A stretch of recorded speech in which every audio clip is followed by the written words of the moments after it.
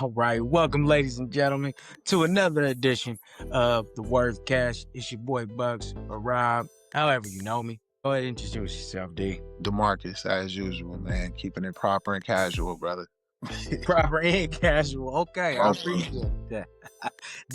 D, man, it's been a week, man. How you feeling? I'm feeling good, man. Enjoyed the All-Star game, nice weekend. Everybody enjoyed their Valentine's Day, I'm assuming. It's, sports and his love in the air. It don't get too much better. It really don't. It really don't. Sports love. Man, my car died. I was on Valentine's Day. So I hope everybody's Valentine's Day was better than mine. Of course, at the Worthcast, we only respect the hustle.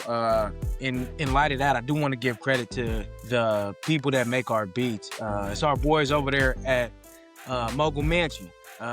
They lace us with the beats, man, that you hear underneath the tracks when we're doing our podcast. So if you're a rapper or singer or whatever you are, and you looking for some tracks to put underneath yours or to rap to or anything like that, go highlight our boys Mogul Mansion. I'm gonna put it somewhere on here, right? Yes, sir.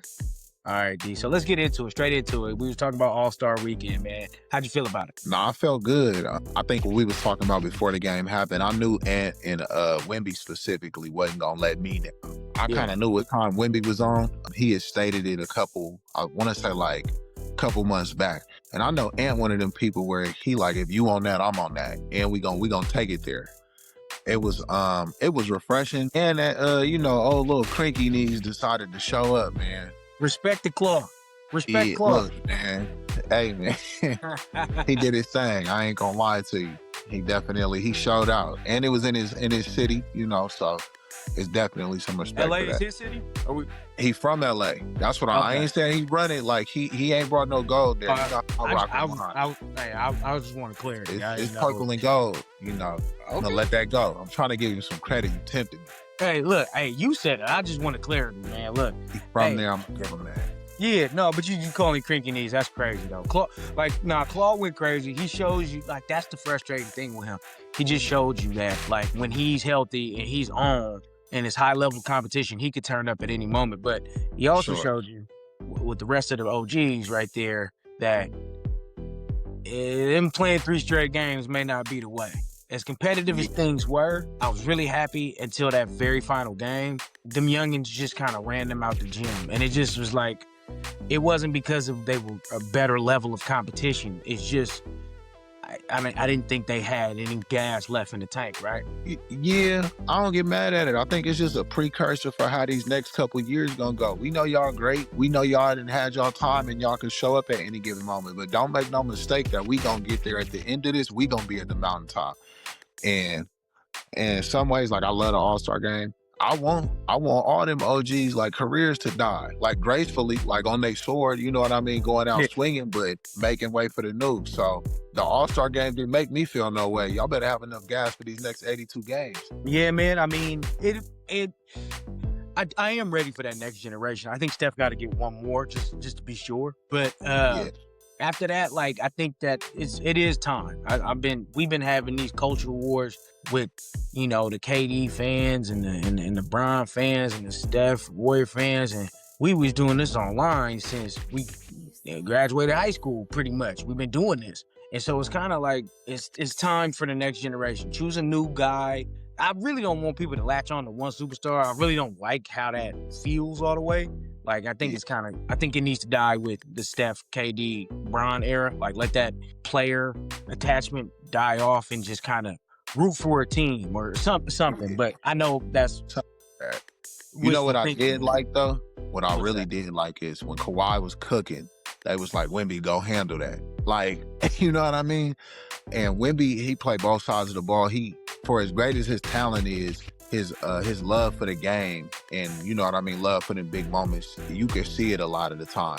So I kind of like that they sent them up over there. Kawhi still 8, but I like that. And then even Ant, at the end, they man, how did you feel about LeBron and KD guarding? He was he ain't take it like it was no honor. It's kind of like a statement Cam Newton made a couple years ago. He was I play in the same league as Tom Brady and Peyton Manning. He yeah, but if they come check me, it's a bucket on the way.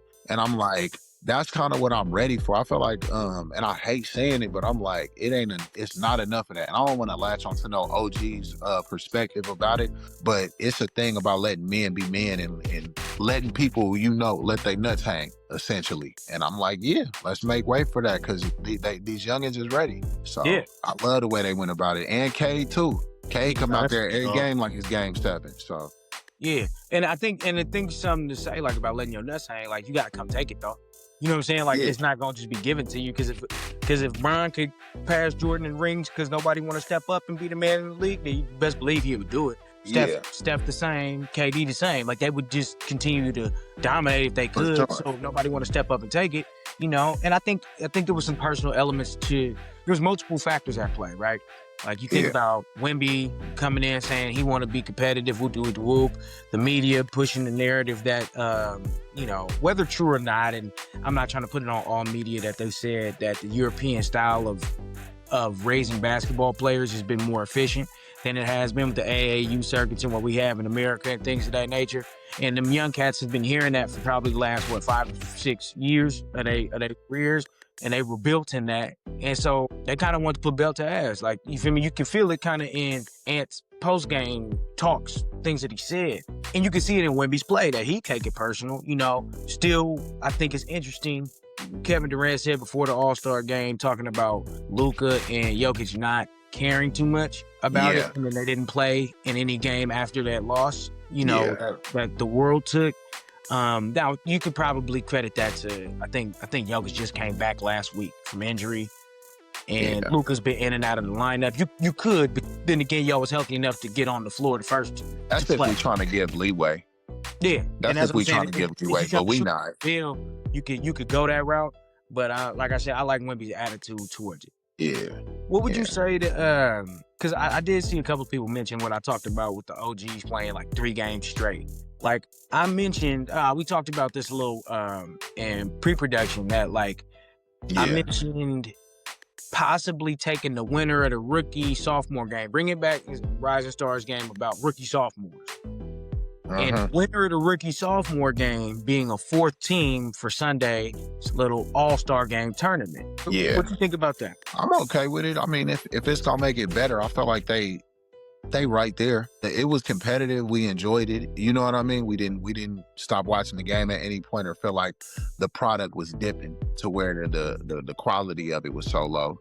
I'm okay with it. But again, I'm not to benefit the OGs more than anybody. It could have went anyways. At the end of the day, it's the ref gonna throw the ball up to start it off. You know what I mean? You got to make sure your shoes is laced and you ready. So shout out to the youngins. So that's kind of how I feel. It ain't to take nothing off nobody's plate, but it ain't to add any dessert on somebody else's. You feel me? It's food for everybody who want it. Yeah. And on that, I think this is a good transition to talk about the other events then, right? Because we're talking about Sunday. We saw 3-point contest. I don't think anybody's really had any issues with the 3-point contest. There's nothing more to say other than it was good competition. Dame took away his 3rd, I believe. Yeah. Dame. Shout out Brookfield. I see y'all, but I seen Steph talking about some mega crazy 3-point contest for next season. It got me real excited about that. What you think about having a who's who of 3-point shooting out there? Before we go there, if we mentioned Brookfield, it's another cat from Oakland who did his thing on that night too. So I was gonna get to that next. We're gonna get to that next. Okay. Yeah. Okay. All right. Absolutely. I ain't want to skip, bro. Sometimes you got to get a flowers before we move to the next little spot. So I'm all for that because again, bro, we competing. We gonna bring y'all the best, and we want to make sure that we letting y'all know that the best is on the way too. And both of them is big time performers. You was kind of hinting at how Kawhi, LA is his city when we know Bron there. And I think Dame kind of feel that way sometimes with Steph. I love you, I ain't got nothing against you, but a part of me wish I was the one getting it done in my city. So, if I got any chance to get one up or to, show what I can do versus you, I'm going to do that. You know what I mean? So, and Dame is one of them people where he ain't going to say too much, but you never going to question where he at in the midst when it's going on. He going to be there. So, he show up. Stephanie got too. Yeah. He show up. I think their rivalry is it's layered. It's similar to Mike Isaiah, as far as the foundation of it. Now, obviously, Dame then kept it more. You feel me? Kept it more G than Isaiah. In my opinion, kept it more G than Isaiah has over the years, right? Like, because Mike is easier to hate. Like, Steph is a good dude. Like, Steph don't really, you know what I'm saying? He might score you. He might score you for 60, but he gonna smile. He gonna hug your family and your kids and dap you up after. It's not gonna be no animosity towards it. So it's hard. Turn around the court, politician off of it. Like, where it was easier to hate Mike, but it's similar in the sense that like my hometown team was devoid of winners and talent for as long as I've been there, but it was still my hometown, right? And then by the time I finally get into the league as a player playing my position that plays their best stat or their best skill is my best skill, and he takes them on one. Yeah. Like that's hard. That's a hard pill to swallow. Yeah. Like what do you like, you know what I mean? Like it couldn't happen to a nicer guy. Like, you know what I mean? And that's the thing. That's why it's hard. But Dame is it's hard to. Yeah. But a lot of Dame is like Dame got a lot of solitude with himself. Like he very comfortable in his shoes. So a lot of people would let it rub him that way. But I think Dame is kind of like, you got that, I'm going to go build mine. And I think what he's done in Portland as far as his legacy and building it there and not being too far from home, I think he take a lot of pride in that and he move like that. Like when we think of Portland in our generation, we think of Dame. And they didn't have players like you got LaMarcus that's been through there. You got Brandon Roy for a younger generation. Dame stayed, built something. And I think he comfortable with that. And he didn't went to war with the Warriors. You know what I mean? And he didn't take some beatings, but you ain't never seen him tuck his tail. So I think he comfortable with his. But to that shootout, as he should be, you know too. I mean? To that 3-point shootout, he definitely he want that. We gotta watch out for Clay. You know, Clay, you don't talk about Clay fell away. That's the person he involved and we ain't even mentioned him. So yeah, man. Once that little beige warrior jump out of him, that man gets to acting a fool, bro. Yeah, no, he's a killer. Like game 6, you don't get that nickname for just nothing. Like, if he could turn the clock back and get, you feel me, and at least just do it for an All-Star weekend next year. Like, but that's Steph, obviously. There's Dame. There's Clay. Who else you want to see in that? Who really like a lights out shooter like that? You throw some names out there. Let me gather that because I ain't put too much thought into that. Once I heard them, I was kind of like, I want to see Con Knipple come back another year in the league. Sure. I want to see Con come back. I like Dev. Dev is competitive. Bring Dev Booker back. Another 3-point shooter. There's only been a couple of cats that won them. It's been like Steph, Dame, and Clay. Like really, for the most part, that's really the ones that won it. But we need Con Knipple for that fresh blood, and he been doing his thing. He shoot hell out the ball, bro. That nigga shoot. You know who I never see miss when in real games? Like, I feel like every time they play the Warriors, I never see Brett miss. Isaiah Joe. I just want to see it. You see if he can do it. Isaiah Joe got a jumper. He just ain't got the name. I'm not mad at it because he quality. He can shoot. I just hate him when he play the Warriors. He never misses. It's just the most ridiculous thing I've ever seen. Okay. Michael Porter Jr. for sure. Yeah. PJ got to get in there. He gonna get tired though. That jumping. He really jump on his jump shot. I think it's a disadvantage when you're in the. It is. But come pull up though. Yeah, come pull up. Definitely come pull up. Everybody with a yellow man wrist. Come on down. Yeah, all of that. Did you catch enough of the dunk competition? I had to catch the replay. Yeah, man. When bro jumped over 40, I said that's enough for me, bro. Because I don't think it was any quality dunks. I'm not sure I'm gonna be replaying too much of it, but for that, you know what I mean, and for everything it meant, I'm like, yeah, come on in. Like you can take that trophy there. Yeah, I mean, I think, part of the dunk contest is making your dunks, right? Like, I think that's like, it's the unsaid part because it's obvious. Like, you know what I mean? You got to make them. And he made his dunks. He had the best dunks of the group. Not the best attempts, but he had the best dunks of the group, made dunks, and that's where it goes to. Shout out to the town. We up. I mean, I'm a Laker fan till it's over, but my boy Jackson Hayes, he got to get banned, bro. I seen him do a one-hand tomahawk. I said, bro, I didn't watch you in-game do the East Bay. I'm like, you got to go, bro. I understand getting the check, but you make millions, bro. It's time to sit it down, dog. So I'm going to argue that certain players shouldn't even be there in the first place. It's the one event we struggle to get star players to do. And everybody, I really think about the way they treated Jaylen Brown last year, and I say like, this is why we got. It's not the main reason that we got the issue with stars being in a dunk contest, but it doesn't help it. It doesn't help it. Hopefully we can get Zion and some fresh legs, some rookies in there. I think they should push that on the rookies so that way you can kind of generate a new wave. I don't want to talk too much about the dunk contest. It was something funny. I kind of seen this. I was on my Instagram, and they was just talking about how Oakland took All-Star Weekend as far as Saturday night, and I was like, that's kind of crazy. Yes, Lord. I actually seen Hannibal. I believe that's what it is. He a Bay Area comedian, but he was just talking about the rivalry between Oakland and San Francisco, and it's something that's like, it ain't never got to be too loud, but it's understood. Like, you kind of know it.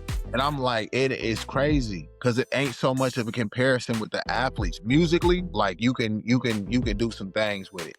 Musically, but you can do what? No, you could do some things. The city got some artists. They definitely. Okay. What's up? Right. They do.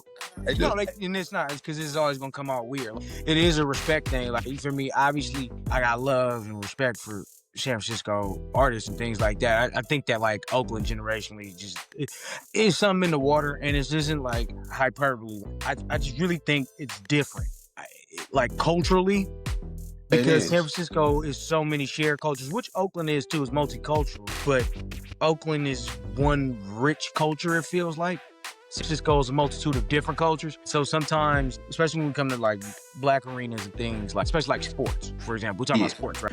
When you talking about Sean and Dame and Gary Payton, no, kids you could probably split. You know what I'm saying? The athletes to me, it's Oakland in a landslide. Well, music is because San Francisco do got two really huge, three huge names when it comes to the sports stuff. Go ahead, list them. So Barry Bonds counts. Bro, no. We're talking about bread. We're not talking about like Barry Bonds is from like San Mateo, bro. Like, real talk. Like San Mateo, San Francisco. Like, his dad played for the Giants growing up. He spent most of his childhood in San Francisco. So that's it's gotta count.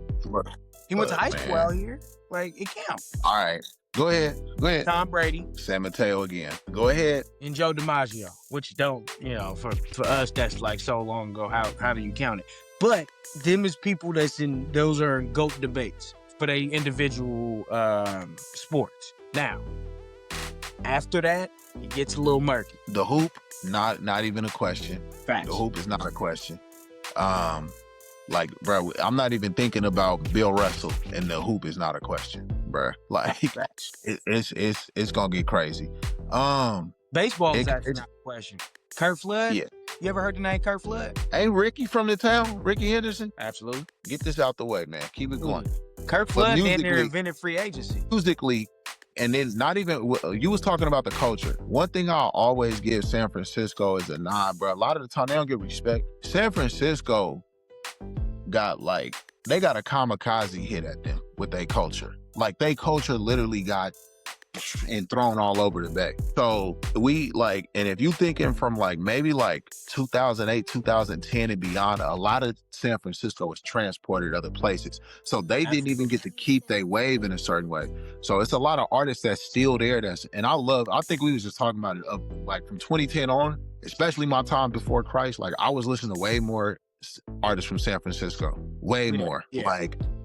And so, I always get him that nod, bro, y'all done held it down. For the losses y'all done took, we watching Oakland teams leave and looking like this. We have watched San Francisco's culture leave and been like, damn. So that's where I always gotta, I'm a fair person. I'm gonna draw things down the middle and give some respect. So I'm not fair at all.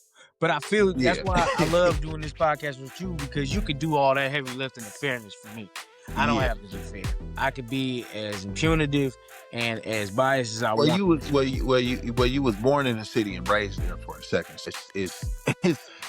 There's a love that can be viewed as bias, but it's understood. Yeah. You know what I mean? I'm gonna have a favorite, but at the same time, it's like having a rivalry with your own cousin. For me, there's no animus to it. I don't dislike San Francisco or hate it. I love kicking it in the city.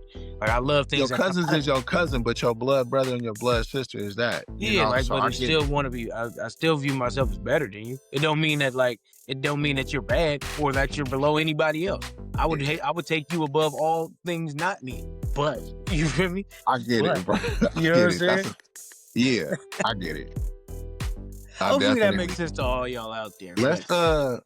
Let's not, since we doing this conversation, let's not leave Vallejo out of this. Congrats to LaRussell. He just signed with Rock Nation. For any Bay Area artist to make a deal like that, even though it's a 1-album deal, I think he testing the water, and I'm not mad at that at all. And he definitely putting on for them. But I know me and you was talking about his comments regarding Lil Wayne. Give your take, because this is something that you feel very strongly about. Yeah, it's a hill I've been on. Like it almost feels like sometimes you're on solo, because there's so much nuance to it, right? I think sometimes in debate, especially when it comes to critique of artists that people love, multiple things can't be right, or can't be right at the same time for people's brains, like, and that's where it kind of goes. So like you said, shout out to LaRussell. First off, appreciate for what you're doing for the Bay. You're really taking it on, the culture of being an independent artist, taking it as far as you can, and then getting a distribution deal with Rock Nation is huge. Now back to his comments on Lil Wayne. I understood what he meant about the maturity factor and starting to listen to Lil Wayne with different ears. I did the same thing. I tell people all the time, like, Carter 1 and 2 are great albums to me. By Carter 3, I was like, I had this feeling of something, and I was like, all right, I'm not sure if I'm tripping or if this is real, and I parking lotted it. I was like, I'll just keep it in the back of my head. I know ceilings, which, you know what I'm saying, which you could be a witness to this. I know pretty much every word, like most people our generation, but I had started to feel like by that time Wayne had mastered just mashing metaphors without the music substance. Yeah, substance, because when you say it, it feels nasty right now based off of where the direction. No, but I think sometimes songs like I think what you getting at is just music having a direction and like it landing somewhere within you to, like, you know what I mean? Sometimes music resurrects you and give you some understanding and some growth, some maturity. You know, what I would say is I think the problem that LaRussell is speaking of, I just think that and I hate saying it because I've enjoyed a lot of their music, but I think that's just like Young Money artists. They don't mature into a certain place musically a lot of the time that we would like. You know what I mean? So. And I think that that's just a overall arching thing, but their highs and even their creativity with even staying in a box that's not, you know what I mean, so much flavor with some maturity, if you want to say, like they still raw. Like that's why I don't think. See, that's the thing. It's never gonna be a question about his talent. Like Wayne's skill has been rapping about how good he is as a rapper for hella long, and it's been great. Right. But basically from No Ceilings on, it was just like, it was button mashing is what it felt like to me. And and you said it, like Young Money artists. So like if we, the big three obviously being him, Drake, and Nicki, like at one point do you say, do they even have, like, I'm not, man, this is gonna sound terrible, but like we want more from them as artists, but does the depth of the character even there to have it? Because then it's like, you know, we find things out about these artists years down the road, and we like, ooh, that's kind of nasty on you. And it's like, but that's people in general, bro. Especially if we already got a view of you as not being mature and stuff like that. Like we've seen Wayne. Wayne talked about his father dying. He talked about the depth with his mom. You know what I mean? I remember one of the best songs that he had wasn't even like looked at as like this depth, but when the Georgia, like the way he rapped about Georgia and his folks happened to move there from New Orleans and stuff. Yeah.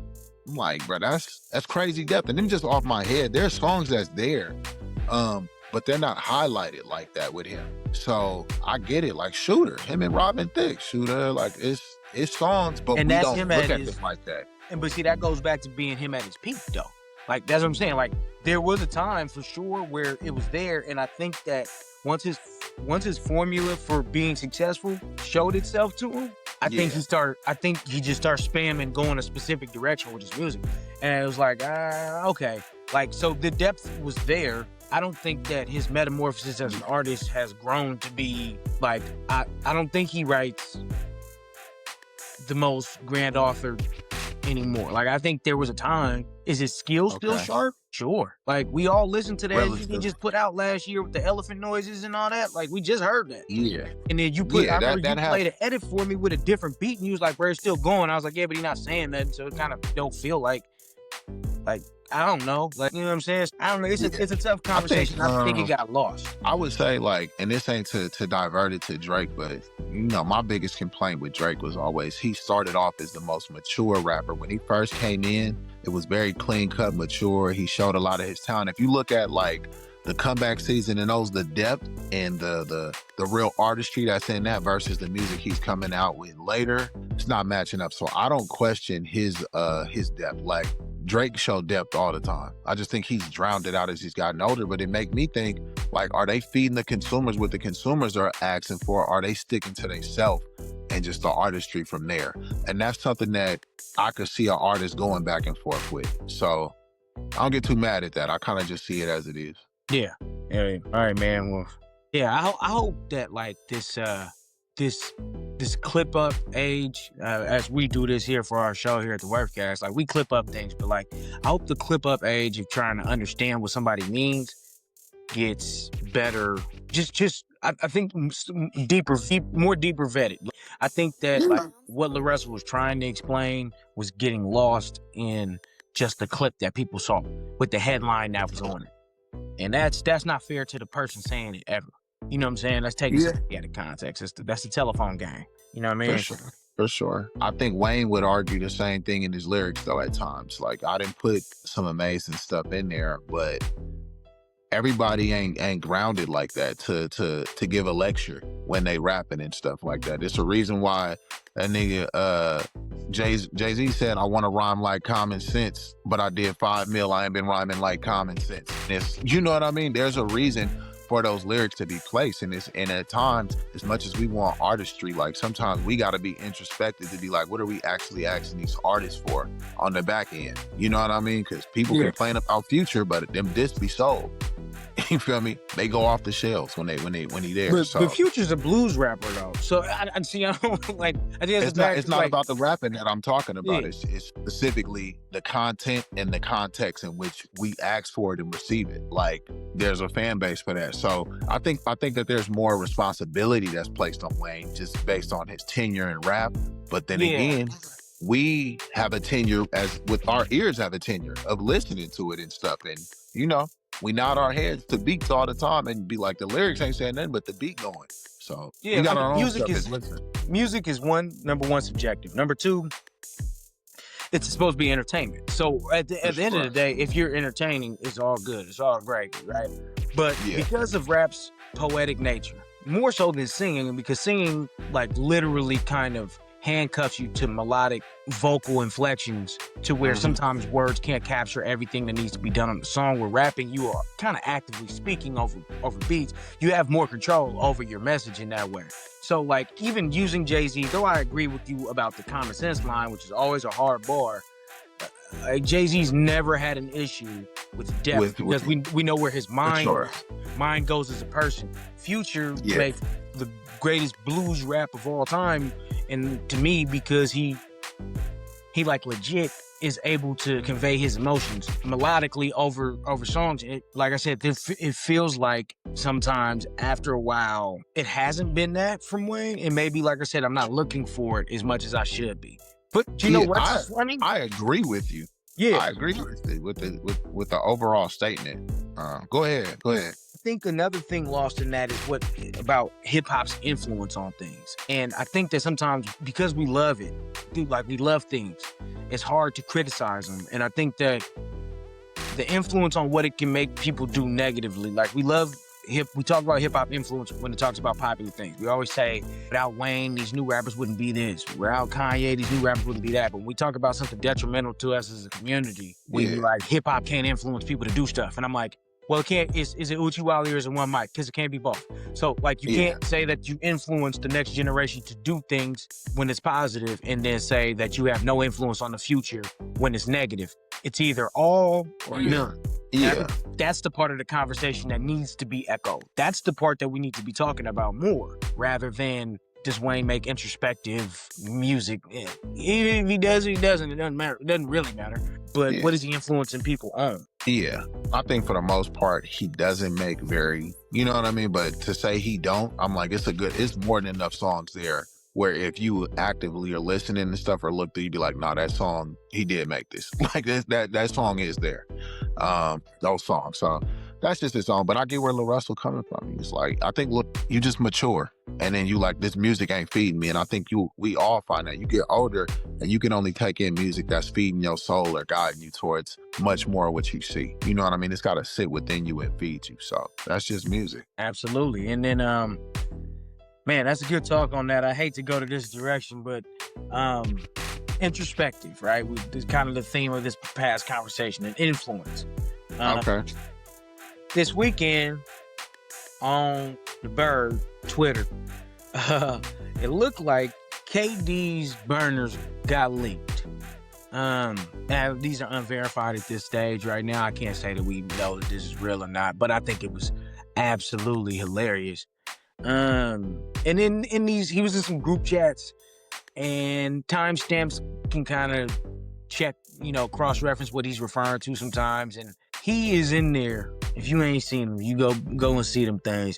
He letting every teammate of note he's ever had almost. Like it feels like he talking a little crazy about a lot of players, man.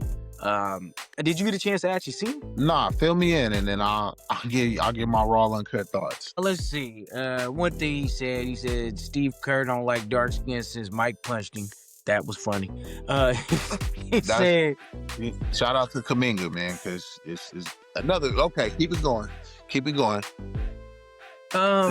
He said he believes Steph actively tried to compete with him statistically, and so did the triple-double hunting cocaine bear. I'll let you fill in the blank on who you think that is. Personally think Steph did on that second championship. I think he wanted to get that finals MVP. But to be honest, he was well within their rights to compete for it, because they was gonna smoke the Cavs regardless. So I don't feel no way about that. He called Jabari Smith a retard. He called him dumb a couple of times. Called Alpi Sengun soft, a lot of stuff. He said he missed Ben Simmons as a teammate because he actually passed him the ball. He said Kyrie. That was the funniest thing. That's the thing I didn't see coming. I just didn't see him criticizing Kyrie. I thought that's the one player that would be off limits, but he didn't. He said, what did he say about Kyrie? He said Kyrie act on his best behavior around them Europeans, but he was treating me and James like shit. And I was like, wow. I was like, man, even Kyrie, huh? So wait. When Kyrie was doing all of this stuff with the COVID and them Jewish people was on his, I think he was referring to Luka. That's what I think he was getting at. He's like, he playing on his best behavior over there in Dallas, but he was doing wild shit when he was with us in Brooklyn. I think. Well, if that's the case, he done matured and he's an older man. And sometimes you just like, life is what it is. The next thing is, if he talking about in Brooklyn, he just saying anything because he was going to war with come on, bro. The Semites or the Jews, they was not playing with him, bro. Yeah. And he was standing 10 toes down about something. So it's I'm put a whole humiliation ritual together for him to come back and play. For sure. It was disgusting. For sure. Disgusting.